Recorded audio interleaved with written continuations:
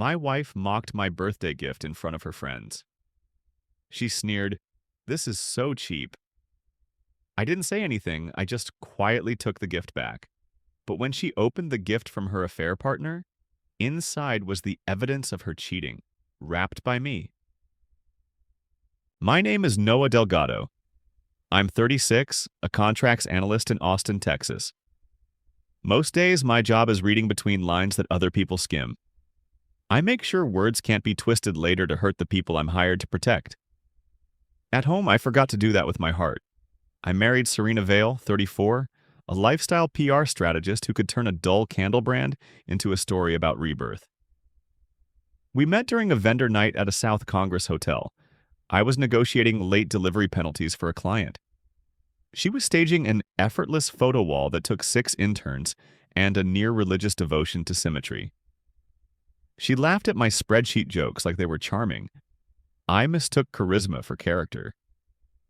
We married in a small ceremony on Lady Bird Lake. Her mother, Diana, gave a toast about marrying potential. It sounded sweet until I realized she meant mine was a down payment on Serena's future. I told myself families talk strange when they're nervous. I signed the papers and learned to live with the noise. 2 years in, Serena's friends felt less like friends and more like an audience she curated. They measured value in labels, reservations, and who got reposted by whom. I could afford nice things, but I didn't perform them. Some rooms punish you for not performing. When small cruelties arrived, they arrived as jokes. A jab about my sensible shoes. A smirk at the modest ring I asked to design myself, because I wanted it to be ours, not a billboard. When I bought Serena a Polaroid SX70, I restored by hand. Rosewood panels, fresh leather, a rare 1973 shutter plate. She posted it with a caption about vintage vibes. In private, she called it a cute toy. 2 weeks later, she used it to shoot a campaign because the client wanted authentic.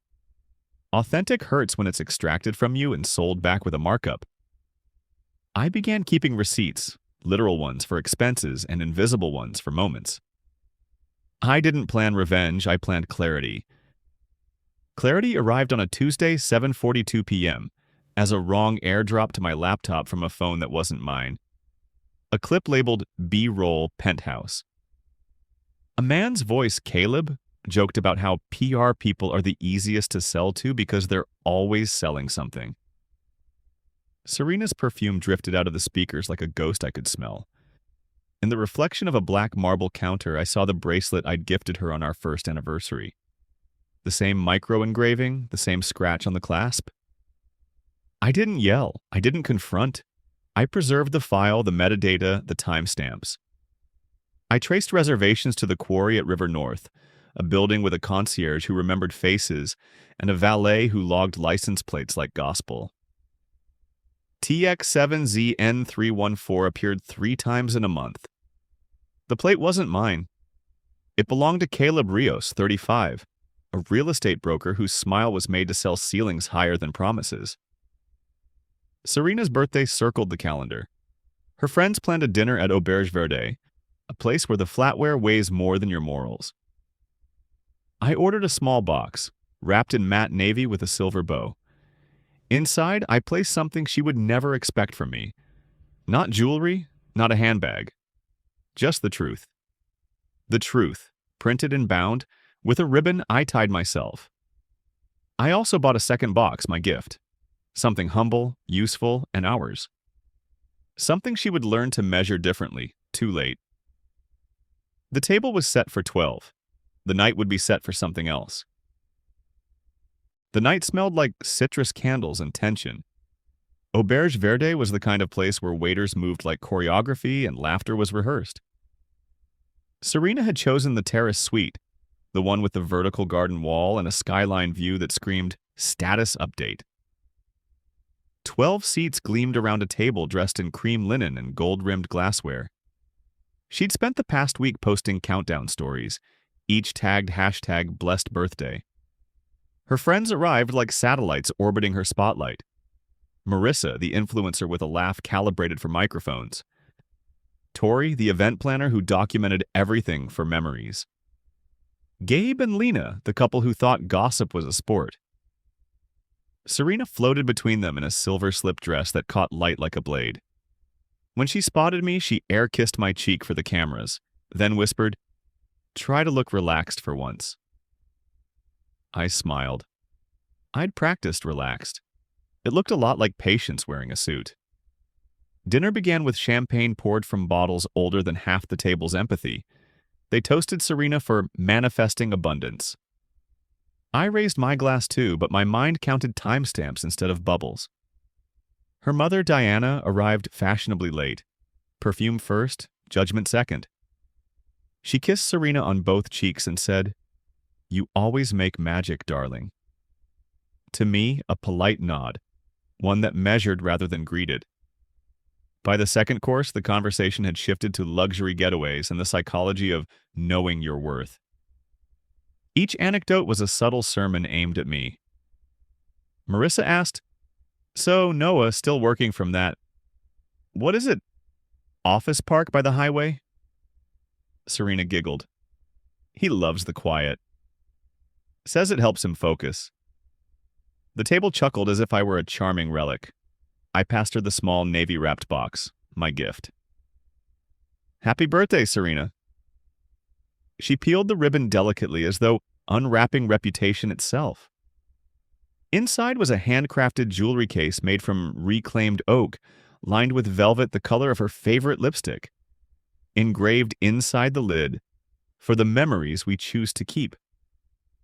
A beat of silence, then she laughed high and sharp. "This is sweet." Her eyes darted around the table. "But Noah, you really shouldn't have." "It's so cheap." Laughter rippled like glass breaking in slow motion. Someone muttered, "Vintage again?" I just smiled, reached forward, and closed the box gently. "I'll hold on to it," I said. No anger, no sarcasm, just gravity. Serena blinked, thrown off by the absence of a reaction. The table shifted uncomfortably, sensing something unscripted had slipped in. She tried to recover, waving to the waiter. "Anyway, next gift." At that cue, the staff approached with another parcel, larger, wrapped in pearlescent paper with a silver bow. Serena clasped her hands. "Oh, from a client friend. He said it's special." Diana raised an eyebrow, intrigued. Marissa lifted her phone to record. Serena tugged the ribbon open. Inside wasn't perfume or jewelry. It was a smaller black box, unmarked, with a folded white envelope taped to the top. She frowned, slid her finger under the seal, and pulled out the note. Her lipstick smudge froze halfway across the glass as she read the first line. Then the color drained from her face. For a few seconds, no one breathed. Only the low hum of the terrace heaters filled the air. Serena blinked twice, lips parting just enough to whisper, "What is this?" Her voice wasn't the polished, social media tone she'd practiced for years. It cracked. I stayed still, both hands folded on my lap. I didn't need to say a word. Marissa leaned in like a spectator at the edge of a car crash. "What's wrong, babe? Is it from Caleb? You said he always sends the good stuff." She giggled nervously, unaware she'd just dropped a live wire in the middle of the table. Serena shot her a warning glance. Too late.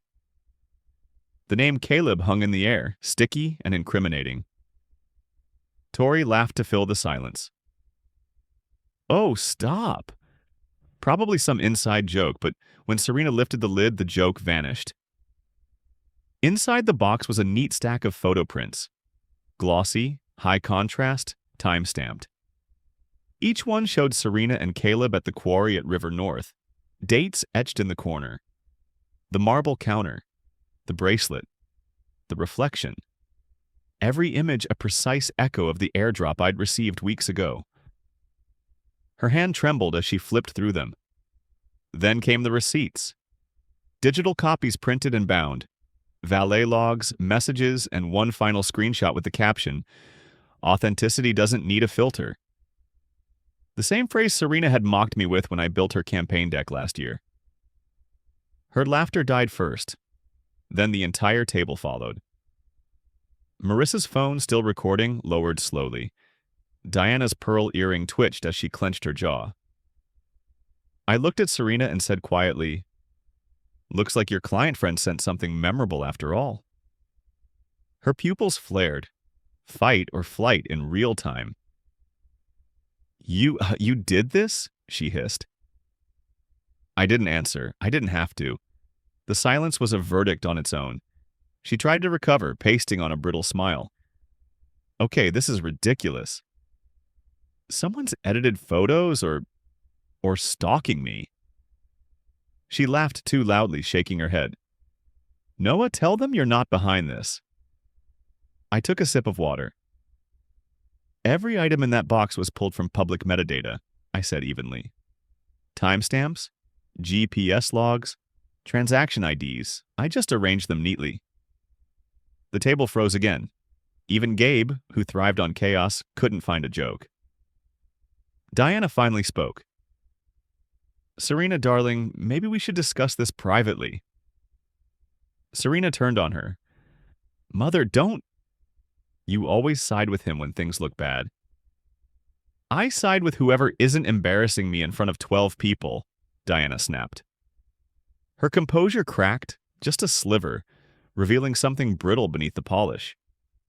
Marissa muttered, "Oh my God, this is like a movie," before realizing microphones weren't welcome here. Serena looked around for an ally and found none. Her social circle built on optics had turned into an audience. And audiences don't save you when the script collapses. She stood abruptly, the chair scraping across stone. "You planned this," she said to me, voice trembling. "You set me up on my own birthday." I met her eyes. No, I let the truth unwrap itself. Her lip quivered. The first tear wasn't guilt, it was humiliation. And humiliation in her world was death. When she turned to run, Diana caught her wrist. "Sit down," she ordered, low and lethal. "For once in your life, face something without a filter." Serena yanked free and fled toward the bathroom. The terrace buzzed again. Not with conversation, but with whispers, the kind that travel faster than light. I stood, nodded politely to the staff, and said, "Please cancel dessert." "The celebration's over." Then I picked up my untouched gift box and walked out, leaving 12 people staring at the wreckage of a reputation she'd built on borrowed sparkle. The door to the terrace swung open again 10 minutes later. Serena reappeared, eyes red, but makeup fixed. Crisis repackaged. She moved like someone who'd rehearsed apologies before mirrors and cameras alike. "Sorry, everyone," she said, voice trembling but sweet. "There's been a mistake. Some kind of cruel prank." Diana's face hardened into porcelain. "Noah doesn't prank," she said quietly. It was the first time she'd ever sounded like she might respect me. Serena ignored her, turning toward me. "You really think I'd risk everything over him?" She spat, the word dripping with disbelief. "He's just a friend, Noah. A client." "This is obsession, not proof." Her voice wavered between fury and desperation. But I stayed silent, because silence always says more when the guilty fill it. I reached into my jacket pocket and pulled out a small brown envelope. I placed it beside her untouched dessert plate. She frowned. "What's that?" "The hotel invoice," I said. "Your name, his name, one suite. You split the bill. $1,283.46. Room 1710. Tori covered her mouth. Lena muttered, "Oh, Jesus." Serena's composure cracked again. She looked around, trying to find a single face still loyal. There were none. "Stop looking at me like that," she screamed. "None of you are saints. You all cheat, lie, and fake your lives online. I just got caught doing it better." That was the moment the night tipped from humiliation into collapse. Her mask didn't just slip, it shattered. Diana hissed, "Serena, enough." But Serena kept going, voice rising like sirens. "All of you wanted to be me. You copied my posts, my trips, my—" She gestured wildly, knocking over her champagne. My life. The liquid spread across the tablecloth, a gold stain blooming like consequence. I stood slowly. The box she'd mocked, the small navy one, still sat on my chair. I lifted it, walked over, and placed it gently on the table beside the chaos. You said it was cheap, I told her, but I built it with care. Same as this marriage.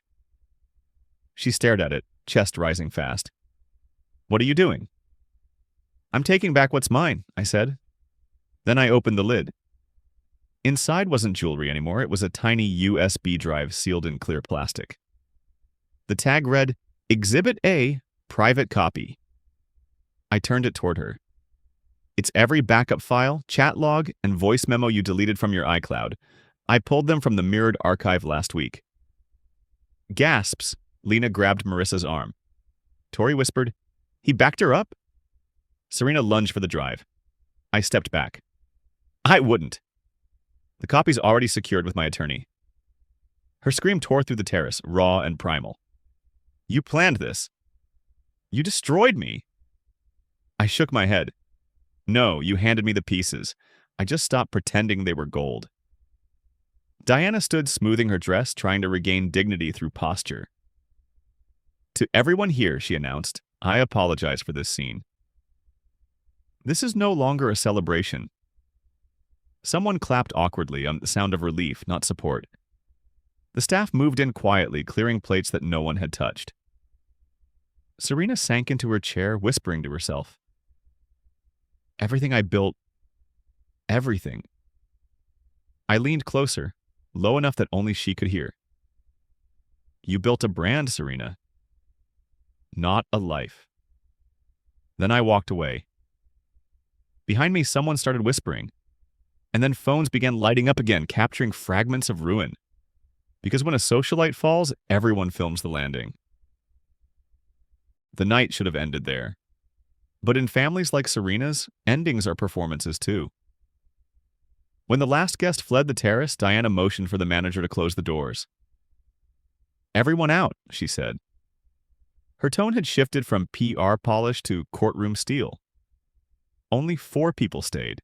Me, Serena, Diana, and the restaurant's floor supervisor, whose eyes screamed, I don't get paid enough for this.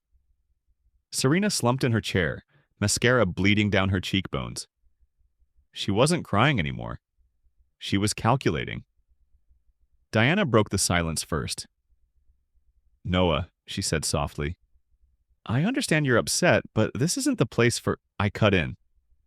It's the only place she didn't control. Diana's mouth flattened.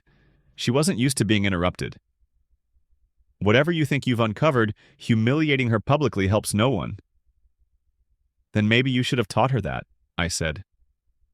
Serena's head snapped up. Don't talk to my mother like that. I looked at her. You used her money to hide your affair. Serena went still. Her pupils tightened. Diana blinked. What do you mean? I slid my phone across the table. On the screen, the joint statement of a wire transfer, $14,200 from Diana's foundation fund, labeled Consulting Expenses. The account recipient, Caleb Rios Holdings. Diana read the name, her lips parting in horror. That's the man in those photos. Yes, I said. The one you trusted to invest in your PR startup idea. The one who was investing in your daughter instead. Serena pushed back from the table. You hacked me. No, I said. You sent me the screenshots when your phone synced to our home server. Remember that security update you asked me to install? Her voice cracked, rage meeting realization. You used my own system against me? I used it for us, I said. You just made sure there was no us left to protect. Diana's composure shattered completely. She turned to Serena, her words slicing clean. You let him into my accounts? Do you know what that means? The IRS, the auditors? Serena shouted over her. Stop treating everything like a brand crisis. Diana slammed her palm on the table. This is a crisis. You've ruined my name, your company, and now your marriage. Their voices collided, mother and daughter devouring each other in front of me. I didn't need to raise mine. I just waited. When Diana finally turned back to me, she said the one thing I didn't expect. "What do you want, Noah?" I took a slow breath. "I want accountability." "And what does that look like?" I slid another folder across the table. Inside, the post-nuptial agreement, signed 2 years ago when Serena insisted on financial independence. Clause 9. Marital integrity breach. If either spouse engages in infidelity or misuses shared assets, I read aloud, ownership of marital property reverts fully to the uninvolved party. Serena froze. Her mouth fell open like the world had gone mute. "I didn't read that," she whispered. I met her eyes. "You signed it on your mother's insistence."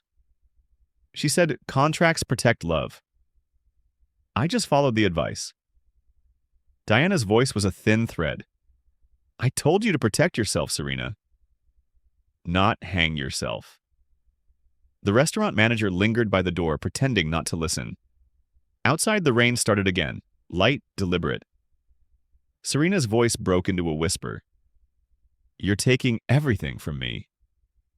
I shook my head. "I'm taking back what I built." For a long moment, nobody spoke. Diana finally whispered, "This will destroy her career." I replied, "She destroyed her character. Careers are easier to rebuild." I stood up, collected the small navy box, and left the documents on the table between them. "Tomorrow, my attorney will file the motion. I've already frozen the joint accounts and notified the auditors. You might want to call your foundations board." Diana didn't stop me. Serena didn't look up. The only sound left in the room was the soft hum of the wine fridge and the faint echo of a woman realizing she'd lost her audience. And her life. The next morning, Austin woke gray and hushed. I didn't sleep. I just watched the skyline bruise itself awake while the rain traced clean lines down the window. At 8 a.m., my attorney, Rachel Lister, called. Her voice was calm, the kind you hire when you expect storms. "It's done," she said. "The injunction on joint accounts was approved overnight. Serena's card will stop working within the hour." I didn't smile. It wasn't triumph. It was maintenance. Like closing a valve before the house floods. Rachel continued. "The clause is airtight. You drafted it with me. Even if she contests, the evidence you supplied is overwhelming. The trust titles are secure. And the transfer from Diana's foundation? That's a separate legal exposure for them." I stared out at the soaked streets below. "Then the damage will sort itself," I said quietly. By 8:47, my phone buzzed again, this time from Serena. The preview showed only 2 words. "You win." I didn't open it, not yet. At 9:30, Rachel and I met at the courthouse cafe. She slid a folder across the table, thick, embossed, final. "Once this is filed," she said, "you'll control full ownership of the condo, the investment accounts, and her PR firm's seed capital. The portion you contributed. You can choose to liquidate or freeze assets." I nodded. "Freeze them. Let her learn what it's like when applause doesn't pay bills." Rachel chuckled softly. "You're colder than I thought." "Not cold," I said. "Just done." At that same moment, Serena's phone pinged with automated notices she couldn't ignore. Transaction declined, card inactive, access revoked. I imagined her in the penthouse trying the same card 3 times before realizing this wasn't a glitch. It was consequence. By noon, Diana called. Her voice, normally regal, trembled like porcelain under pressure. "Noah," she began, "we can resolve this quietly. I can return the funds Caleb stole. I'll even issue a public statement to protect your reputation. I let the words hang." "Mine doesn't need protection," I said. "Yours does." She exhaled shakily. "Think about Serena." "You loved her once. I loved who I thought she was," I replied. She sold that version to everyone, including herself. Silence, then softly, she's talking about ending things. She's terrified. I close my eyes for a moment. She's terrified of losing attention, not life. Then quieter. She'll survive. You both will. Diana didn't answer. The line went dead. By 3 p.m., Rachel emailed the official filing confirmation. Divorce initiated under breach of marital integrity. Temporary control of all shared assets granted to me pending hearing. Serena's PR firm's office, Vale Studio, was already in damage control. Half her clients had dropped overnight after screenshots of the birthday meltdown leaked online. Someone at the restaurant had filmed her shouting, "You all cheat, lie, and fake your lives online. I just got caught doing it better." It was on Reddit, then TikTok, then everywhere. Irony can trend faster than truth.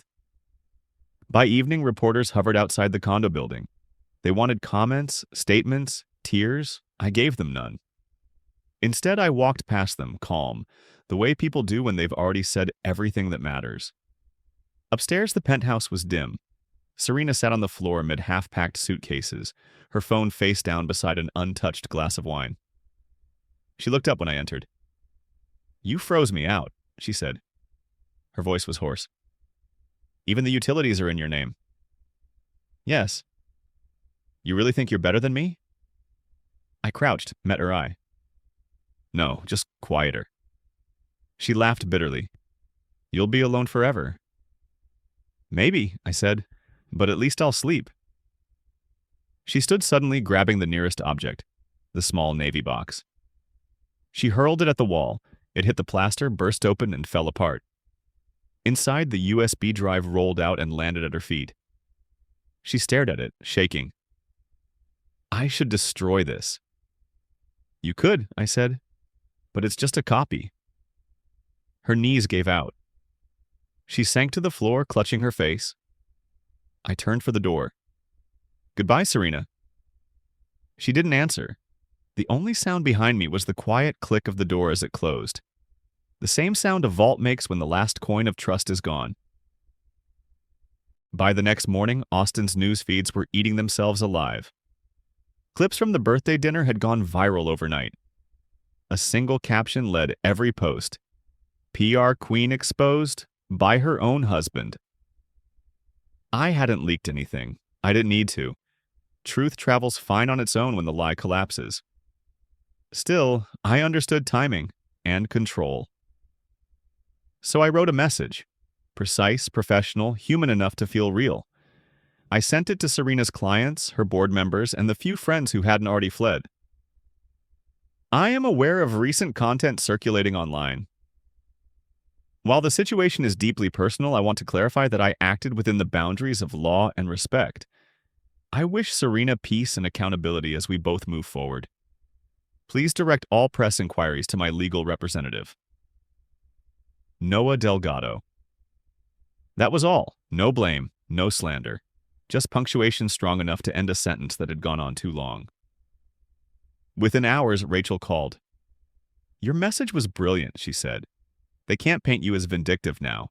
You've disarmed every narrative." Meanwhile, Serena tried to fight back. She posted a late-night story. "Never trust a man who weaponizes privacy." But it didn't land. Comments flooded faster than sympathy. Screenshots of her affair receipts had already filled the replies. Her followers weren't her audience anymore, they were her jury. By noon, 3 of her biggest sponsors paused partnerships pending review. The PR firm's website went offline. Diana's foundation removed Serena's name from its advisory board. I didn't celebrate. I didn't even smile. I just opened a quiet folder on my computer labeled Closure. Inside it were all the files. Photos, logs, transfers, contracts. I dragged them into the recycle bin, hovered for a second, and clicked Delete. Some victories don't need trophies, just silence. At 4 p.m., an email arrived from Diana Vale herself. Subject line, a request for discretion. Her message read, "Noah, for the sake of family dignity, please refrain from further commentary or disclosures. Serena is leaving town for treatment. I hope time will dull your anger. Dash DV quote I reread the line twice. Family dignity. The irony was almost poetic. I replied simply, I've already said my last word. That night, I walked along South Congress Bridge. The air smelled like rain and distance. People passed without knowing my name, my story, or my silence. And for the first time in years, that anonymity felt holy. I stopped near the railing, pulled the restored Polaroid SX70 from my coat pocket, the one she'd once called cheap. The lens glimmered under the streetlight. I aimed it at the skyline, pressed the shutter, and waited for the picture to develop. When the image emerged, faint outlines of the city bled into view. Imperfect, grainy, real. I smiled, because real was enough. 2 weeks later, the world moved on, the way it always does after consuming a scandal. But for Serena and Diana, time didn't heal. It merely recorded. The PR firm, Vale Studio, officially dissolved after 3 clients filed breach of contract claims. The gossip columns called it the fastest fall in Austin. Her friends went quiet, each pretending they'd never been at that dinner, never laughed at that joke, never clinked that glass. Diana's foundation took a heavier hit. Auditors opened an inquiry into misallocated consulting funds. The charity gala she'd planned for October was canceled, replaced by silence and thin apologies. Her lawyer released a statement calling it an unfortunate administrative oversight. But everyone in the industry knew better. As for Caleb Rios, the charming broker, he lost his license after investigators traced money laundering through the same shell account Serena used for business expenses. His company's website vanished overnight. Some said he'd left Texas, some said his wife had. I didn't care which rumor was true. Serena sent one final message a month later.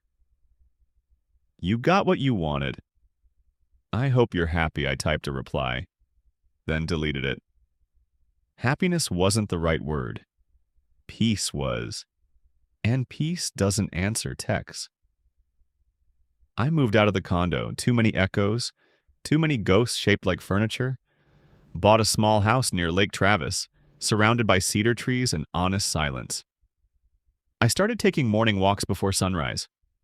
No traffic, no curated laughter. Just the sound of my own breath syncing with the wind. Neighbors asked what I did for work. I told them contracts and left it at that. They nodded, uninterested. Perfect. Sometimes I'd find myself flipping through the last Polaroid from that night on South Congress Bridge. The one I took after everything burned down. A skyline blurred by drizzle, lights bleeding into one another. A city forgiving itself for being imperfect. One morning, while clearing old files, I found the digital backup of Serena's wedding vows. The original draft she never used. It ended with a line she'd deleted before the ceremony. I promise to tell the truth, even when it's inconvenient. I didn't feel anger, just pity. Because she'd written something real once and then cut it out to sound prettier. A year later, I attended a charity event downtown, not Diana's, another one. Across the room, I caught a glimpse of her, older, tired, standing alone with a glass of water instead of champagne. Our eyes met for half a second. She gave a slow nod, not forgiveness, not guilt. Recognition, that was enough. After that night, I stopped checking her name online. The story had lived long enough without me. I didn't need to feed it anymore. Now, on quiet evenings, I sit on the porch and load film into the SX70 again. Sometimes I photograph the lake. Sometimes just the empty chair across from me. There's beauty in things that don't need to go viral, and peace in the kind of silence that once terrified me. Because revenge, when done right, isn't loud. It's just complete.